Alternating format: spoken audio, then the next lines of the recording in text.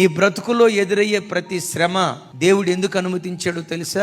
శ్రమలలో నిన్ను నాశనం చేయటానికి కాదు. ఒక రోజు రాబోతుంది, తప్పకుండా ఆ శ్రమ నుండి నా దేవుడు విడిపించబోతున్నాడు. మరి ఎందుకు అనుమతించాడో తెలుసా? నీ జీవితంలో దేవుడు చేసిన కార్యం రాబోయే కాలాలలో నీ పిల్లలకు నువ్వు సాక్ష్యం చెప్పాలని. నాన్న, ఒకప్పుడు నా బ్రతుకులో ఇంత కష్టం వచ్చిందిరా, ఆ ప్రాణ బాధలు ఆవరించినప్పుడు చావాలో బ్రతకాలో అర్థం కాలేదురా, యేసయ్య పాదాలు పట్టుకున్నానురా, యేసయ్య పాదాల దగ్గర ఏడ్చానురా, అట్లా కన్నీళ్లు కార్చడాన్ని బట్టి మరణంలో నుండి జీవానికి దాటించాడురా. నీ బ్రతుకులో నీకేదైనా కష్టం వస్తే యేసయ్య పాదాలు పట్టుకోరా, నన్ను విడిపించిన దేవుడు నిన్ను కూడా విడిపిస్తాడని, నీ పిల్లలకు నీ బ్రతికే ఒక సాక్ష్యంగా ఉండాలని, సాక్ష్యం కొరకే నీకు శ్రమను అనుమతించాడు.